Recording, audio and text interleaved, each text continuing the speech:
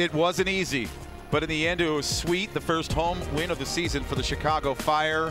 Make it 2 straight victories now. Last week New York, this week the defending champs. 2-1 the final. That's Kevin Egan.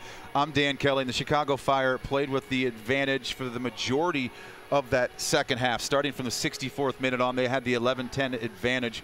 What did you think of their overall play? Did they deserve the 3 points? Yeah, I think over the course of the game, I thought it was a draw might have been a fair result. Chicago Fire did not play to their potential, to what the Chicago Fire played last week. However, it doesn't really matter sometimes. Good teams grind out results, and that's exactly what the Fire had to do in the end. It was 6 points through 8 games. Now it's 6 points through the last 2, onwards and upwards, just 2 points off a playoff position. And like I said, it's all about the 3 points. Frank Yallop can sit back, have his cup of tea this evening and just relax a little bit more, because these games these days are just full of tension.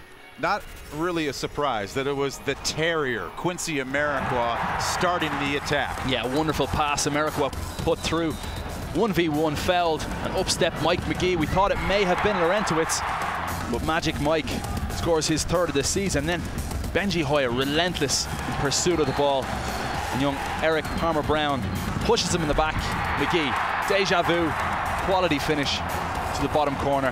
Kronberg could do nothing about it. Fire 2-0 up, and were they to go on and maybe close out this with a 3 or 4-0 victory? That wasn't the case, even when Sporting Kansas City were down to 10 men. There's the second yellow. Eric Palmer-Brown goes away, but Sporting Kansas City didn't. Yeah, awful goal to concede for the Fire. Look at the numbers. Does it concern you again, the possession from Sporting Kansas City? No, I think the possession sometimes can lie. Chicago Fire naturally is a counter-attacking side that will try and chase down the ball and try and win it higher up the field, and try and counter-attack with pace when they can. They have the players to do it. You saw the chance that Dilly Duka had toward the end of the game. So I don't often, read too much into the overall possession stakes. Chicago just needed to do a little bit better. Sometimes just calming things down towards the end of the game. You're 2-1 up. You have to hold the ball up. Mike Magee, Juan Luis Anongano, both culprits of that toward the end. And this has been great timing for the Chicago Fire. The timing is perfect to go on a run. They did it against New York last week.